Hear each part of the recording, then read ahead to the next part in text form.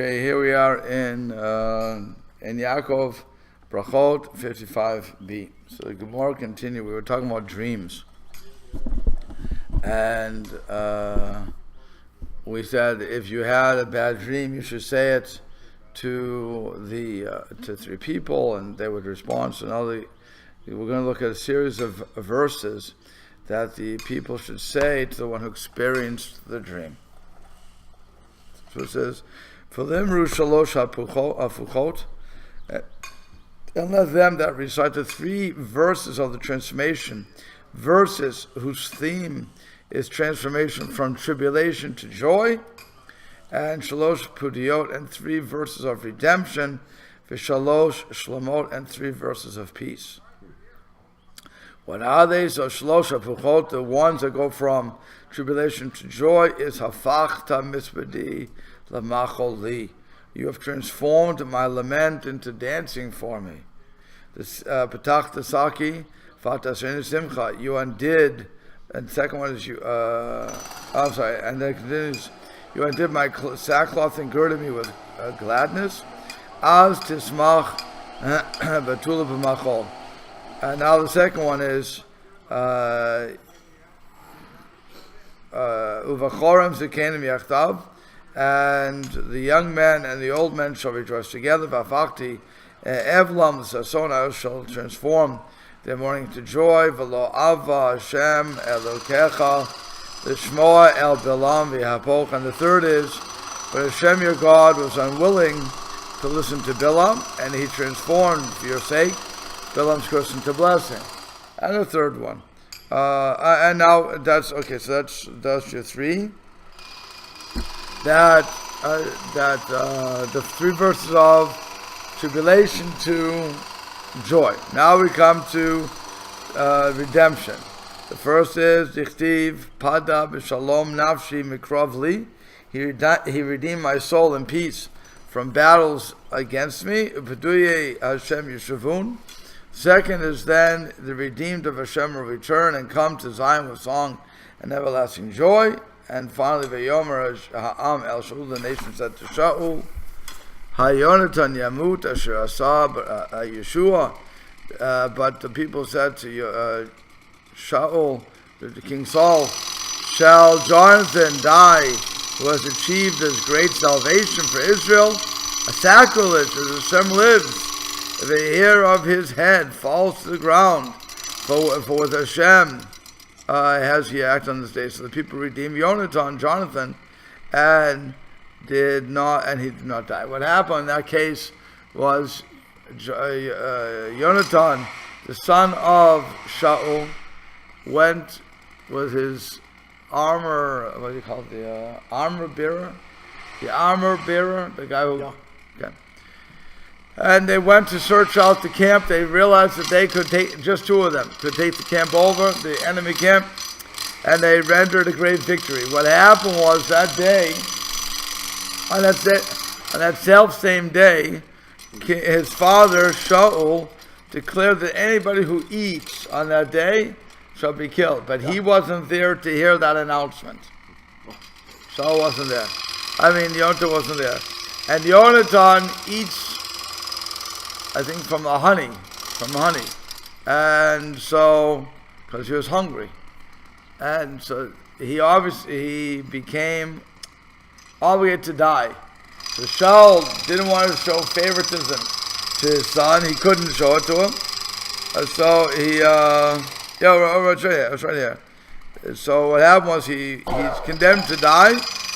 The people protested, and they redeemed him. So we have three verses that show that you can go from, and again, these are three verses that if somebody has a bad dream, that these are what the people should say to them. These three things. And then we have Shalosh Shlamot, three verses whose theme is peace.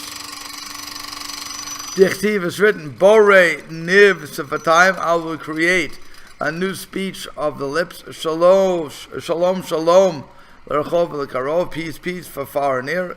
Amar Hashem Rufativ. And Hashem said, and I will heal Israel. Ruach Lav Shed Amasai. The second is the Spirit came upon Amasai, the head of the captains. He said to him, we are yours, David, and we are with you, son of Jesse. Peace be unto you, and peace be unto those who assist you. V'martim kol lechai, and the third is, and say to him, such successful life, ta shalom ve'cha shalom, peace unto you, peace be unto your household. Hold on one second. Yeah. Thank you. I'm trying to, I can't scream over everybody. Okay. It's like they saved these jobs. They say these jobs when I'm giving class. Now I don't have to yell over these things. Yesterday when I'm not recording, that was only when I'm recording they do this. Okay. Anyway, so just so we can have this straight stuff, we're talking about many of these, some of these drushes, some of these verses are speaking of the Messianic era during which the peace will be declared on the nations. In Chronicles, the verse records the soldiers from the tribes of Binyamin and Judah coming to Hebron and proclaim their allegiance to King David in the wake of Shaul's death. In Shmuel, that's the last one we said, these were words of greeting that David sent by way of messenger to Naval, a wealthy herder of sheep, who at the time was preparing a feast in honor of his yearly sheep shearing shari. Okay, there you go. Okay, here we go. So now that's what you're supposed to say. Now we're going to the next section. Amema umarzutra v'rav Ashi haviyat v'bahadi hadadi. They were once sitting together. Very nice. Amri, they said to another, Kol chad v'chad minan lema milta delo shemir lechavre. Let each one of us say something that his colleagues have never heard before. Now let's teach something new. Patach chad minayu. So one of them began to say, Haiman dechalma, one who has seen a dream. V'lo yada mahava machaza, and he does not know what he has seen. What does that mean? He is unsure whether the dream is a harbinger of good tidings or bad ones. The Maharsha presents an alternative explanation. He does not remember the context of the dream. If, however, he remembers the dream and his uncertainty about the concerns the meaning of his vision, he ought instead to employ the procedure of remedying a dream, just like we said, where you tell the dream and they say it should be for good, and then they give you all the verses. So if you have a dream, you just don't know how to interpret it, that's something else. But if you had a dream, but you don't remember what was in the dream, and now you want to know, so that's what we're talking about here. So he says, Leikum kame kahane, he should stand before the Kohanim, Be'idna defarsi adehu, at the time that they spread forth their hands to bench to bless the congregation. Birkat Kohanim, good. V'lei mahachi, and you should say the following supplication, and this is in our prayer books. So again, if somebody has a bad dream, and when I'm going, my,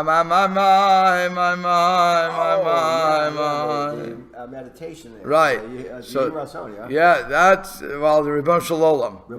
Right, so that's you're supposed to be saying, and that's why if I go too fast, people complain. If I go too slow, people complain. Oh, I like it. I have time to read it. Right? I read it in English, so I understand it. Right, okay, it's not like that. But the point is, you're supposed to be saying it at that time. Not listening to my or not singing with me either. Yeah. People do what they want. People always do what they want. Yeah. That's Yiddishkeit. Okay. Well, so older Sidurim did not have that printed in there. Our school is the first time I've seen it. I'm not sure. Not in the Birnbaum. I'm not sure. As a Kohen, I never looked. I'm too busy going my. But it's or whatever the other tunes are. Everybody has their own tune. So what we're supposed to say is Ribbono Shalom, the Master of the universe. Ani shalach v'chalomti shalach. I am yours, and my dream are yours. Chalomti chalom. I've dreamt a dream, or I had a dream. Ve'en yodea mahu, and I don't know what's the meaning is. Ben shechalamti ani la'atzmi, whether I have dreamt a dream about myself. Ve'ben shechalmu li chaverai, or whether my companions have dreamt about me. Uben shechalamti alachem, or whether I have dreamt about others. Im tovim heim, if they're good dreams, chazkem va'amsem, strengthen them and fortify them. Kechalamatav shel Yosef, like the dreams of Yosef. And what's that? Okay, help them become realized, as were the dreams of Yosef, as mentioned above. Yosef's dreams, Yosef's vision was that his brothers would bow down, was eventually fulfilled. And that if they require healing because they're potent and because they're menacing, so Raphaim v'meimara al yedei Moshe Rabbeinu, heal them like you healed the waters of Mara through the hands of Moshe, our teacher. And what happened there? You had the water was bitter. Moshe talked to God. God told him take the wood, throw it in, and it became sweet. Right, he says the same thing here. Okay, fine, right. Fine. And then, so what happened? Ucha Miriam Yisrata, and heal her like you healed Miriam from her tzaras. What happened again? She spoke disparagingly about her brother. Moshe dalvin for her, she got better after 7 days. And like you healed Chizkiyahu from his king, Chizkiyahu from his illness. Elisha, like you healed the waters of Jericho through Elisha. The brachan, just as you have transformed the curse of the wicked Bilam into a bracha.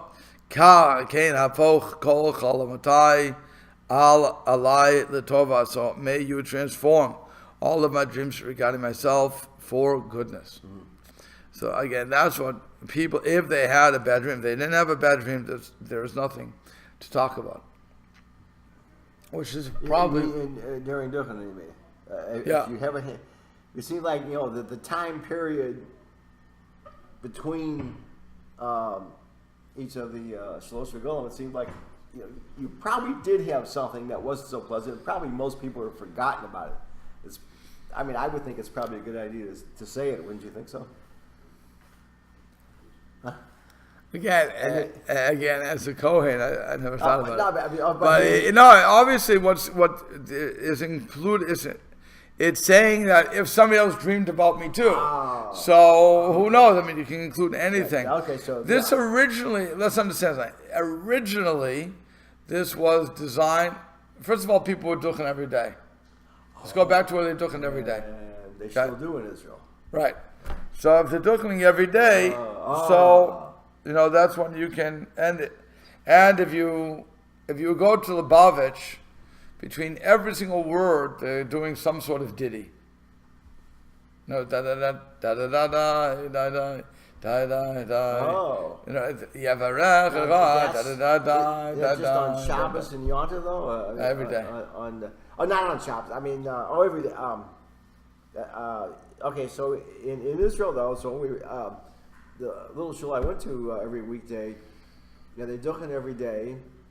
But they're very quick. No dragging it out. They're very quick, right? Yeah, right. So what I'm saying is that it's only on Yom Tov we drag it. On Shabbos we don't drag it out because we don't make supplication on Shabbos. Right. Huh?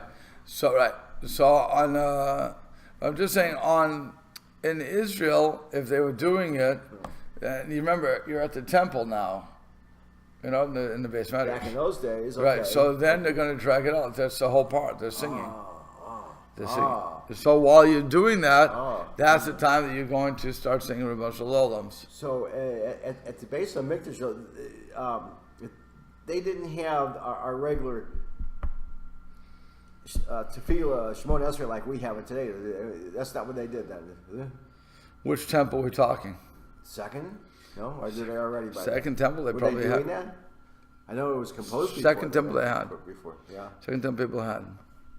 People were davening Shemona Esrei, and they would do it that. Seems that they were davening Shemona Esrei. It was made by the Anshe Knesset Gedola, so the first Great Assembly. So that was before the second temple's destruction. Yeah. Huh. After the first, actually, let me see. They had, by the time 70 CE came along, it would make sense. Also, I mean, I'm going to say something. It would make sense. But I'm not sure historically if I can verify this. But it would make sense that we have this one Esrei set up by that time, and the people were davening 3 times a day by that time. Why do I say it would make sense? Because Hashem always gives us the refuah before the makkah. He always gives us the cure before the disease. It's a general. That's why the laws of divorce are before marriage. Famous drasha. Why do we learn divorce before marriage? We should learn the other way, marriage, divorce. The answer is God always gives the healing before the disease. And if a bad marriage is like a disease. So we want to tell you there's a way out. Okay? So here also, in a positive manner, God knew that He was going to destroy the temple because of our misdeeds.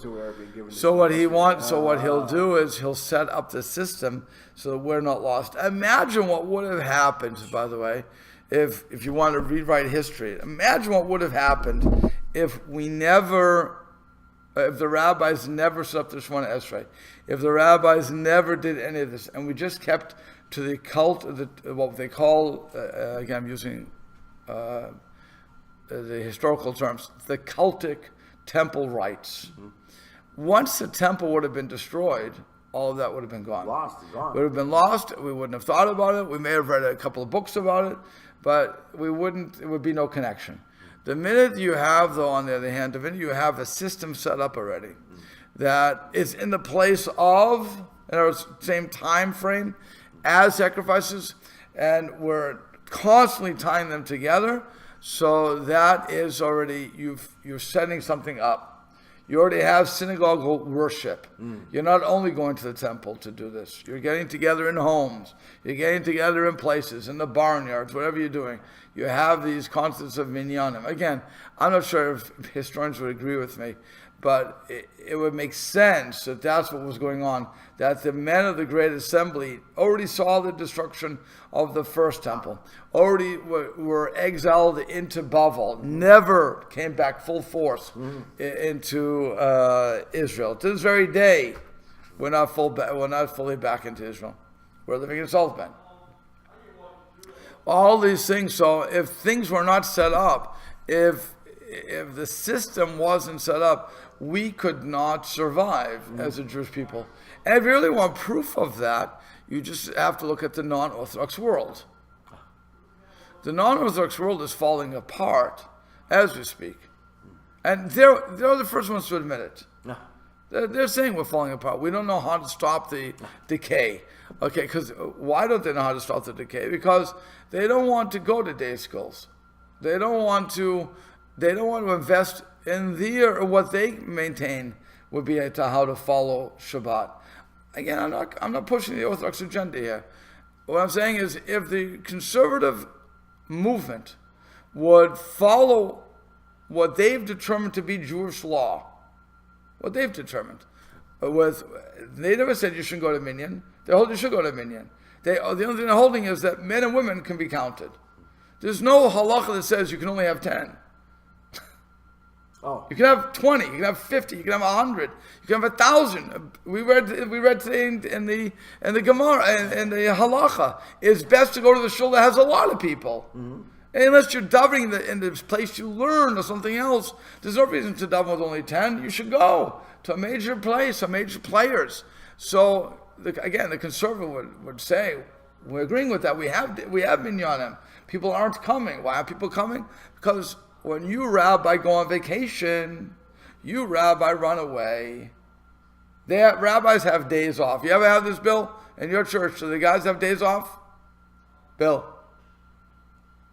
Yeah, when your preacher has a day off, does he go to the church or not?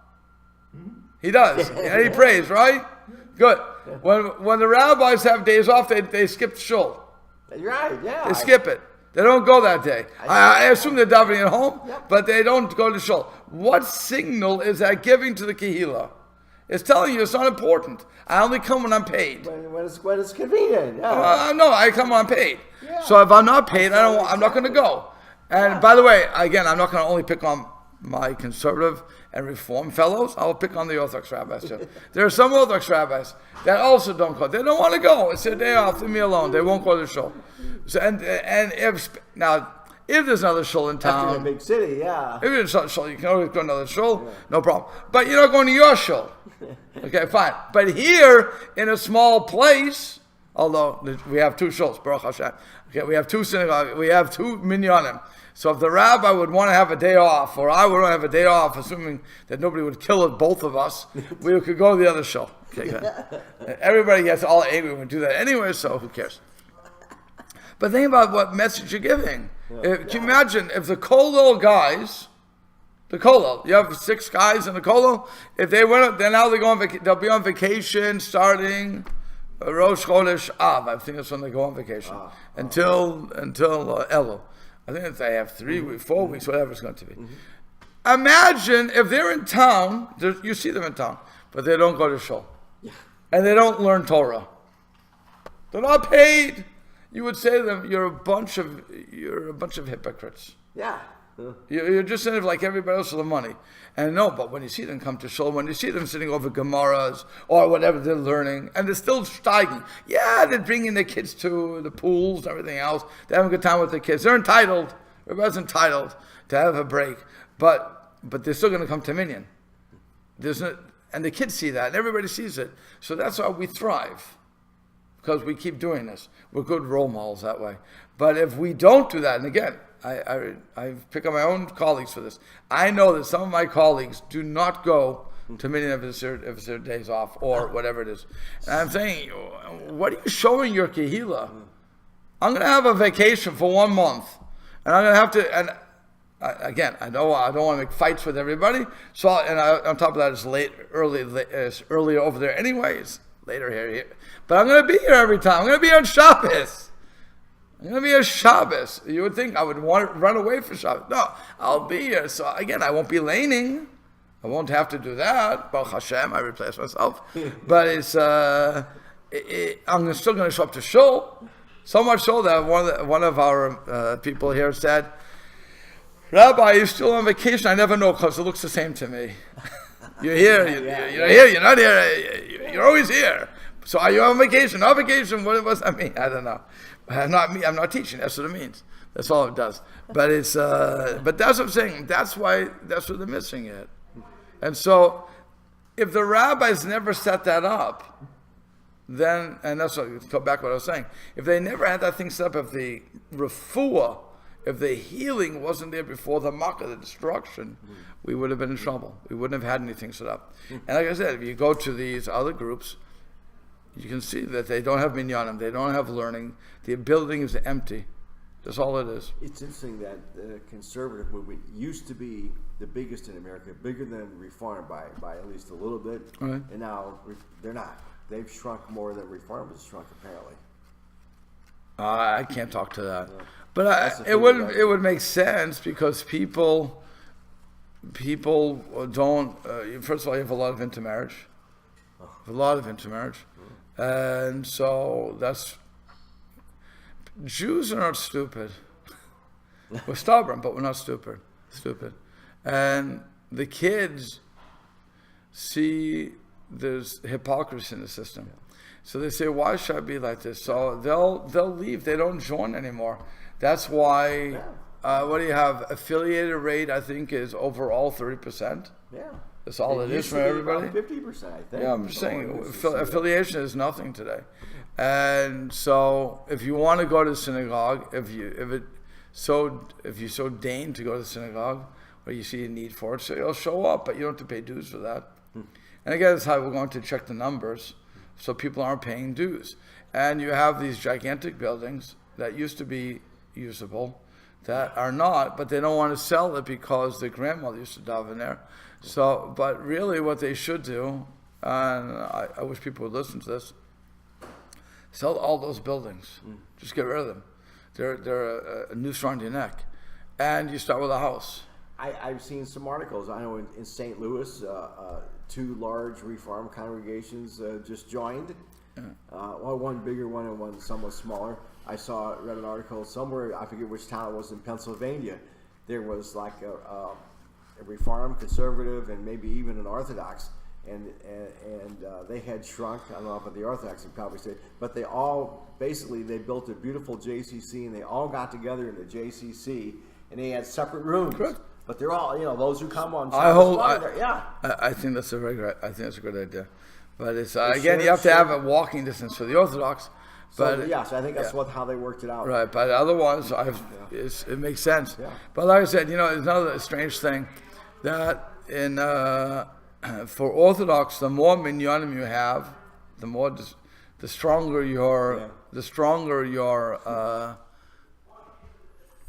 neighborhood is, the stronger you are. For conservative reform, if you have 2 or 3, you're considered breaking up, killing the whole community. So it's interesting that the more minyanim we have, the stronger we are. Like I said, this right now, okay, it's the summertime. So right now we have 3 different chakras, we have 3 different chakras, mincha, and maariv. Yeah. 3 different ones. Good. Okay? And that's for a group of 100 people. Yeah. That's all you have. And when school's in session? School in session 4. Another chakra? They have another chakras. So you have, but I'm just saying that, and Baruch Hashem, each one of us is not just surviving right now because summertime, we're thriving because everybody's home, and so the kids are home, so everybody gets to pick their own place. Yeah. And that's what I said. Summertime, I don't really have a concern that we can maintain. It's the winter time that I'll have a concern that I think that we'll have to fold. But it's, cause I don't know, maybe we won't, God willing. People will hear this recording and they'll realize they have to come to shul. But it's, like I said, but that's really the strength of a community. For the conservative reform, they don't see that as a strength. They see that as, you broke off, you lied to us, you started a minyan. I'm thinking, if we started one and you're angry, I don't show why, because it means that we're strong. That we have so many options. And by the way, if I can include one more here. Let's say you don't like the Orthodox style. In South Bend, if you don't like the Orthodox style, so then you also have one more minyan. Namely, one more minyan. You have one more. That's in Sinai. So really, even now you'd have 4 chakras, 4 they don't do mincha right now. So 4 maarivs. They don't. No, they must do mincha. Sure, they should do mincha now. I don't know what they don't do right now. They don't do mincha, or they don't do maariv. I don't know what they don't do, but they only have one service. But again, if you want to hold by egalitarian minyanim, you don't like us, fine. So go there. Yeah. And so you're looking at let's say 2,000 Jews to the South Bend area. You have a lot of choices. Yeah. A lot of choices. Amazing. And so, I don't think I don't see that as a bad thing. I see that as a good positive. It's not just one choice. When I was in Moncton, New Brunswick, you had one choice, me. So if you wanted me or you didn't. There's no reform or conservative there. There was nothing. It was only Orthodox. Wow. They had 250 Jews. How many? 250. Anybody else Shomer Shabbos? When I was there, no. What? No, there was one other person. Wow. But he was an import. But nobody else was Shomer Shabbos. Everybody's, some people kosher, semi-kosher, semi-Shomer Shabbos. There's a lot of semis. Wow. Semis. I don't know what it means, like you're half pregnant, I'm not sure. Yeah. What I'll say is that in their minds, they were doing the best they could. I'm not going to. I can't say more than that. But in their minds, I'm sure they were doing the best that they could. The truth is, I liked the community. It was my first community. It was a lot of fun. I learned a lot of stuff there. And I think the place, like all places, I think there's a real potential for growth. But the people have to want that growth. If they don't want that growth, and it's just one young guy who's saying you can grow, nobody's going to listen. It's like me telling the grass you can grow. It doesn't really help. I have to water it, and I have to do everything else. And the problem is that they're rabbis like me, and I actually got a lot of stuff done, thank God when I was there, but the biggest thing is the rabbis, you're an island, and it's very hard to be an island. Yeah. I'm guessing the church feels the same way, right? So, but it really is difficult. Here, you're not an island. Here, you're a community. You have more than one. You have a lot of everybody over on this side of town for the most part is Shomer Shabbos. Yeah. Yeah. And you see them running around. The kids are there. It's a lot of what do you call it? Backup. It's a lot of what do you call that? Group support. Yeah, group support. It's a lot of group support. So again, when you go to the conservative reform, only because they're not religious. And I can't emphasize enough. A conservative Jew, by rights, is supposed to be kosher. Yep. By rights, is supposed to be Shomer Shabbos, which could include for them driving to and from shul. I'm not going to argue. Again, let them follow their rules. I have no problem. Let them follow their rules. And they should be wearing talis, tefillin, tzitzis, talis katan. They shouldn't be speaking Lashon Hara. They should be following. They're not, the amount of laws that they've decided to take off their books, or to say that we rewrote the book, if you will, still has so much more they could be following. Yeah. I say to them, so follow what you're supposed to follow. Same thing for reform. Follow what you're supposed to follow. Live up to your movement. You don't like me. You think I'm wrong. Great. Good. Gesundheit to you. Only one of us is going to be right. Only one. There's no two ways here. It's only one of us is right. You should be doing what you... Right. So you hold your right. Yeah. I hold I'm right. I'm doing what I'm doing. You hold your right. You do what you do. You're with me. Okay. So they hold what they're doing is right. So follow what you say. Do it. And in the end, that's up to God who's right. Huh. Maybe he'll say, oh, we're all right in our little ways. I don't know. I doubt it. Personally, I doubt it. Because he gave us a Torah. He told us this is right, this is wrong, period.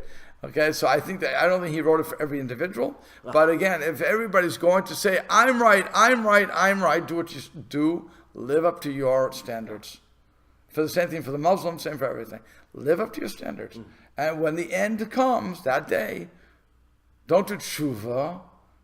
Say, I was right. If I'm right, there's nothing to do tshuva for. Don't suddenly jump onto tshuva bandwagon and say, oh, but God, I'm going to cover my bets in the last second because I knew I was wrong. Leave me alone. Okay, God should have the record to say, you had this much time. Okay, leave me alone. But again, God is God and God's not me, so he doesn't listen to what I have to say about that. But I'm just saying, if that, you would see a different world. Can you imagine if a conservative Jew would come in here, you wouldn't know, and he would follow his laws, you wouldn't know he's conservative. I'll give you the proof. Look at most conservative rabbis. Yeah. Most conservative rabbis, males, I don't know about females, they do the right thing. Yeah. They keep Shabbos to whatever extent they're going to keep it. I know the guy in Bangor never drove. He never drove. He still doesn't drive, as far as I know. He doesn't drive. Okay, he uses electricity, but that's part of their movement. That's up to them. Nothing to do with me. Kosher, just keep him kosher to whatever level that, again, his movement is maintaining, and he may go a little further. I'm not sure. Puts the phone on. Yeah. So again, if he would, when he walked in here, everybody assumed that he was an Orthodox guy. Yeah. Yep. He had a hat on. No, he didn't wear a hat. If he would have worn a hat, he could have walked into the other place. It was amazing, That's what I'm saying. If they follow the rules, they follow the rules. It seemed like he felt perfectly comfortable. Right. No, when he would come in Shul in Bangor, nobody ever thought anything about it. Yeah. They gave him an aliyah. That's all. Okay, but I'm just saying, that's, I don't know, how did we get so far afield? Okay. I don't know how I got so far afield in that one. Well, whatever. Okay, so now what happens? Messiah Bahadi Kahani and Kohanim, okay. And the person should time his recitation of the supplication so that he finishes together with the Kohanim as they conclude the blessing of the congregation. Da'ani tzibora amen. So that when the congregation responds amen, they affirm both his supplication and the blessing of the Kohanim. V'ilo. Oh, wait a minute. So that when you finish Rimon Olam, because it has an amen at the end of that, so you're saying that should be timed.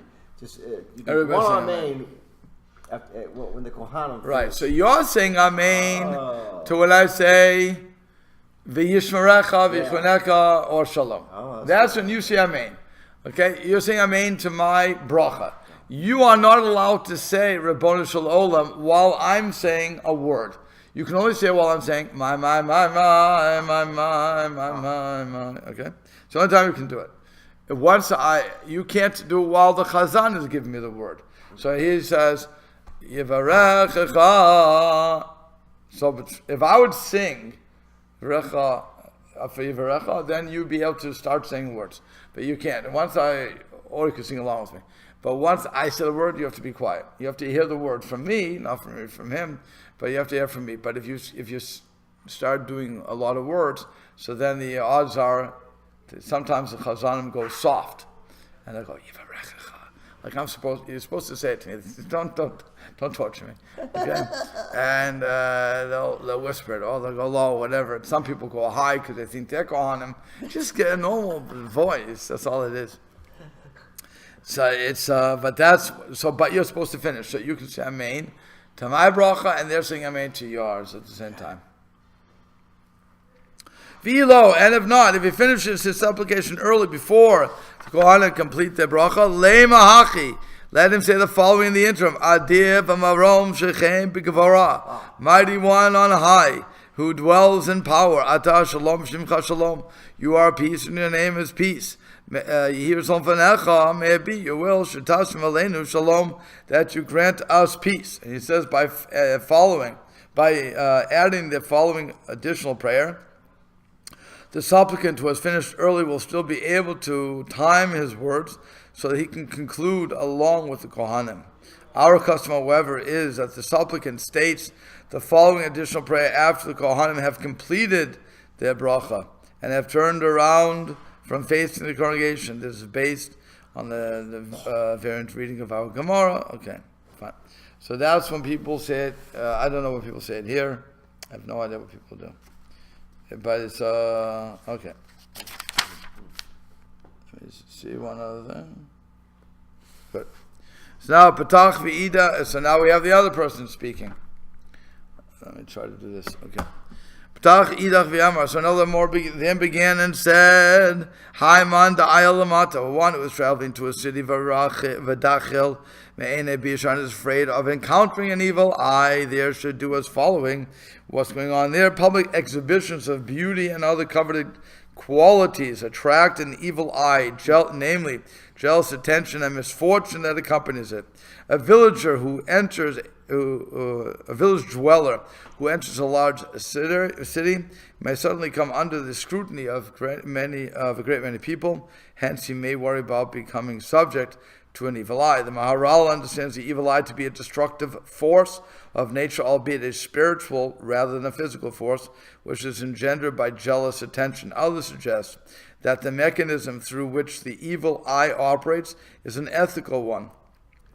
The blessings bestowed by God upon an individual should not serve as a source of anguish to others.